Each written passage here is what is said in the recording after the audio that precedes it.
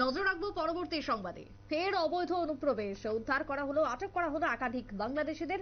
এমনটাই খবর উঠে আসছে আজকে সকাল থেকে, যেখানে বাংলাদেশে বেশ কয়েকজনকে আটক করা হয়, যার মধ্যে একজন পুরুষ, একজন মহিলা এবং সঙ্গে দুজন শিশু রয়েছে। অর্থাৎ সপরিবারে তারা আগরতলা রেল স্টেশনে পৌঁছে যায় অবৈধভাবে প্রবেশ করে, এবং তারপরে জিআরপি সন্দেহ হয়, সন্দেহবশত জিজ্ঞাসাবাদ এবং তারপরে গ্রেপ্তার করে নেওয়া হয় ওই 4 অভিযুক্তকে, যারা অবৈধভাবে ভারতে প্রবেশ করেছে। তবে কি কারণ, কি জানাচ্ছে জিআরপি, শুনুন।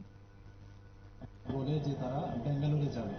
তো এর মধ্যে যিনি তহিদুল কুলান এবং ওনার স্ত্রী রাজিফা বেগম, তহিদুল কুলান বলে যে উনি প্রায় 2018-তে একবার ব্যাঙ্গালোরতে গিয়েছিল, তো ওইখানেই যাবে, কাজকর্ম করবে, এরকম বলছে আর কি।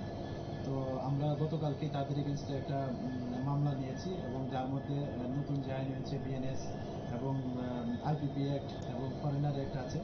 তো আজকে আমরা ওনাদের মহামান্য আদালতে প্রেরণ করছি, এবং ওনাদের কাছ থেকে কিছু ডকুমেন্ট পাওয়া গেছে, কিছু ইন্ডিয়ান ক্যাশ কারেন্সি, তো মোবাইলও পাওয়া গেছে, স্মার্ট মোবাইল ফোন। তো এগুলি আমরা খতিয়ে দেখছি এগুলা, এবং এগুলো মানে তাদের আসা যাওয়াতে, অবৈধভাবে আসা যাওয়া। আপনারা শুনলেন পুলিশের বক্তব্য। প্রথমেই তাদেরকে নিয়ে যাওয়া হয় থানায়, তারপরে তাদের বিরুদ্ধে মামলা দায়ের করা হবে, এমনটাই খবর। তবে ইতিমধ্যে বাংলাদেশের অস্থির পরিস্থিতির কারণে অনেকেই প্রাণ সংশয়ে পালিয়ে আসতে চাইছেন এই পারে, এমনটাই উঠে আসছে ওই অবৈধ প্রবেশকারীদের বক্তব্যের থেকে। ছোট্ট বিরতির পর ফিরবো, সঙ্গে থাকুন।